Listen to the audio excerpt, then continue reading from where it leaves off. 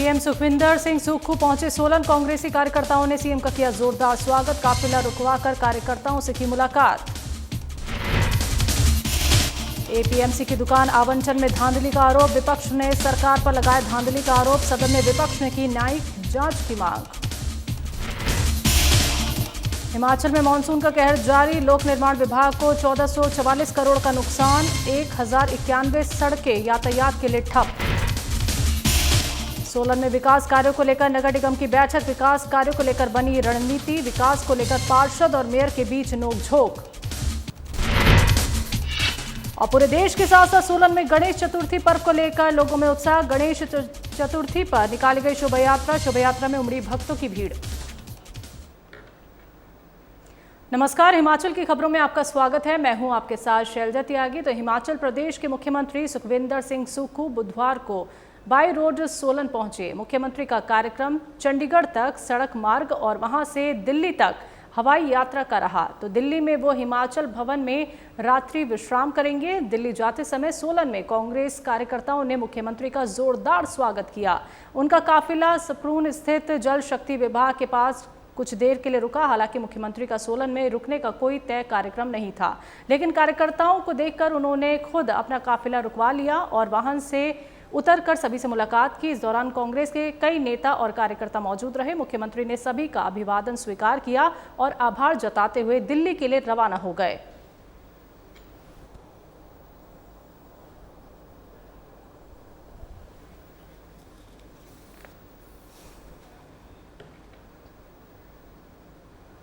Monsoon सत्र के 8वें दिन प्रश्नकाल के दौरान एपीएमसी शिमला और किन्नौर ने 70 दुकानों के आवंटन में धांधली का मामला विपक्ष ने उठाया है और आवंटन की न्यायिक जांच की मांग की है।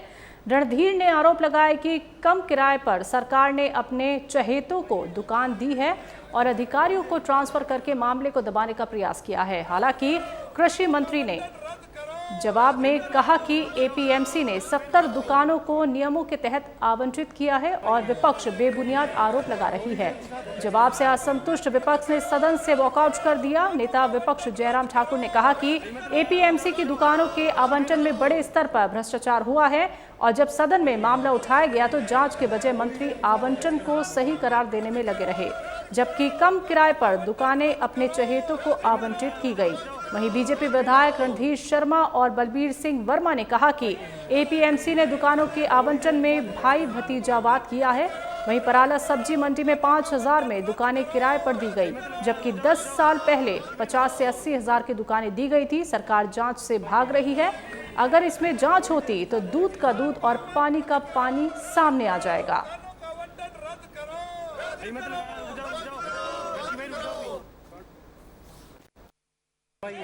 के दौरान बहुत महत्वपूर्ण विषय जो एपीएमसी के माध्यम से जो दुकानों का आवंटन हुआ है, उस पर जब मंत्री महोदय जवाब दे रहे थे तो वो जवाब में लगातार प्रयत्न किया जा रहा था कि जो भ्रष्टाचार वहां पर आवंटन में हुआ है उस पर किसी न किसी तरह से पर्दा डाला जाए। माननीय सदस्य रणधीर शर्मा जी ने स्पेसिफिक और बिट्टू वर्मा जी ने दोनों ने स्पेसिफिक चार्जेस लगाए, लेकिन उसके बावजूद भी मंत्री बार बार एक ही बात कहते रहे कि आप लिख करके दीजिए। जो विधानसभा के रिकॉर्ड पे आ रहा है, एक एक पॉइंट इन्होंने कहा कि इसमें भ्रष्टाचार हुआ है, इसमें गलत तरीके से आवंटन हुआ है, क्या आवंटन आप रद्द करेंगे?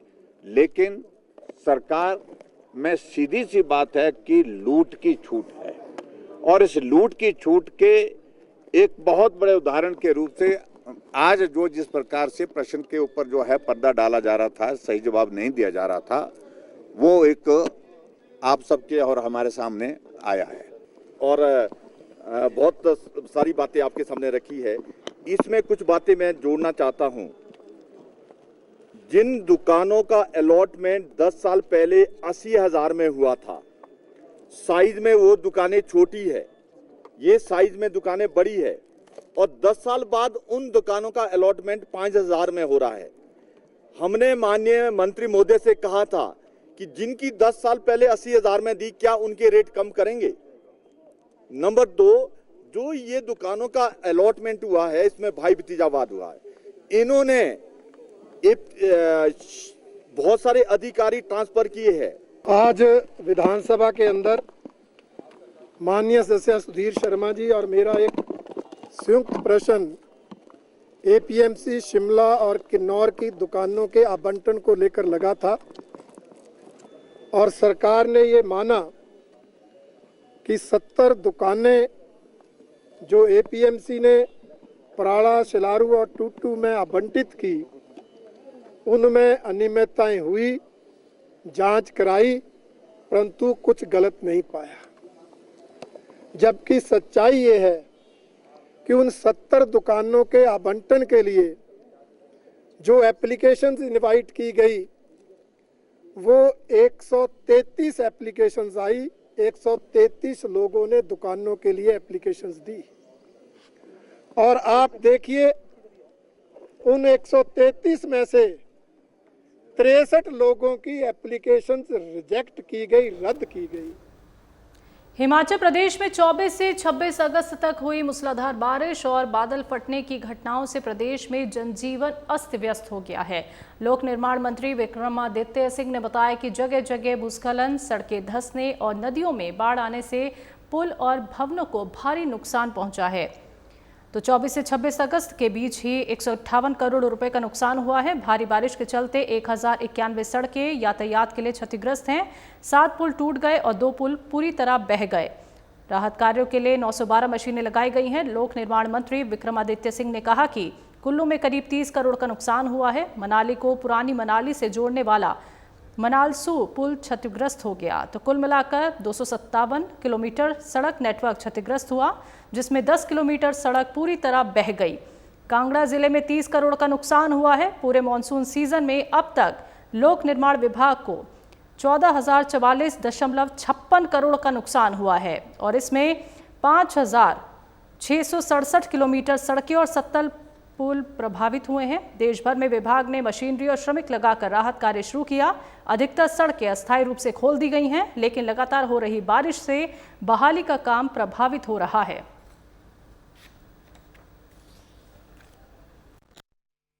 मैं तो जैसा मैंने कहा आपको, वैसे तो पहले वाले मॉनसून्स में तो सबसे ज्यादा नुकसान मंडी के अंदर हुआ है, उसमें कोई दो राय नहीं है।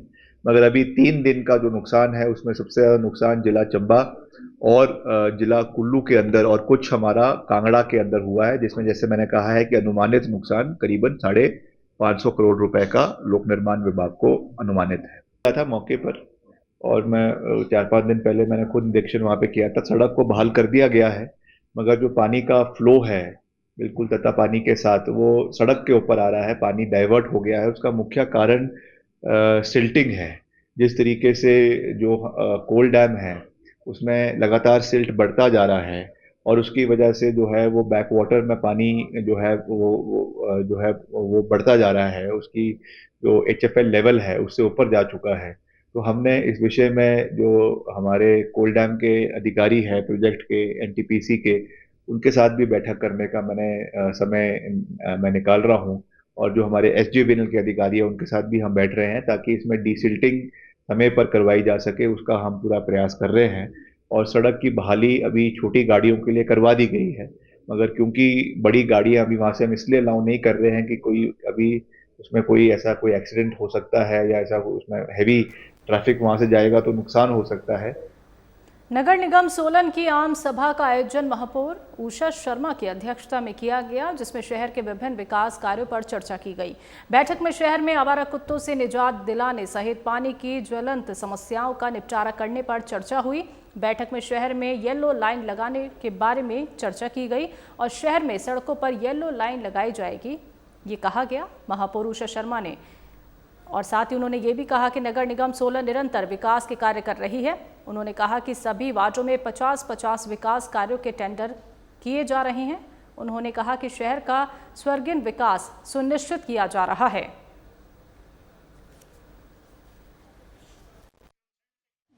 आज नगर निगम की आम सभा हुई है, जिसमें कि विकास के भिन्न भिन्न मुद्दों पर हमने चर्चा की है। इसमें जैसे कि हमारा नगर निगम ने अभी एक जो हमारा हॉल है हमारे पास, उसकी रेनोवेशन की है, उसका किराया बढ़ाया गया है। उसमें हमने डिसाइड किया कि जैसे पहले 5,000 था, अब वो किराया हमने बढ़ाकर 11,000 किया गया है। और इसमें एक सिक्योरिटी भी है जो कि 5,000 ही रखी गई है। इसके अलावा पॉल कियोस्क से संबंधित जो हम टेंडर लगा रहे हैं, क्योंकि आपने देखा होगा कि पोल्स बहुत सारे हैं, उसके ऊपर जो हम लगाएंगे उस पर 62 रुपये प्रति स्क्वायर फीट के हिसाब से हमने रेट फिक्स किए हैं। तो सोलन में गणेश चतुर्थी का पर्व धूमधाम से मनाया गया। सोलन में भगवान गणेश की विशाल शोभा यात्रा का आयोजन किया गया। सोलनगंज बाजार स्थित शूलिनी पीठम से गणेश जी की शोभा यात्रा आरंभ हुई और शिल्ली रोड स्थित एक मंदिर में विराजमान की गई। लोगों ने जगह जगह अपने अपने मंदिरों में गणेश जी की मूर्ति की स्थापना की। भारी संख्या में भक्त इस भव्य शोभा यात्रा में साक्षी बने। शोभा यात्रा के बाद रिद्धि सिद्धि के दाता भगवान गणेश जी की मूर्ति की स्थापना की गई। तो कुछ दिन बाद इस मूर्ति का विसर्जन किया जाएगा। गणेश चतुर्थी का लोगों में खासा उत्साह देखने को मिलता है। तो लोगों ने विधिवत गणेश जी की पूजा अर्चना की, उन्हें मोदक केले का भोग लगाया। हर शुभ कार्य करने से पहले गणेश जी की पूजा अर्चना की जाती है, जिससे कार्य सफलतापूर्वक संपन्न हो सके।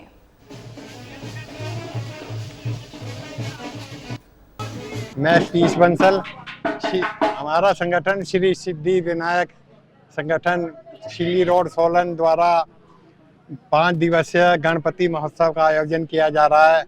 गणपति महोत्सव के आज पहले दिन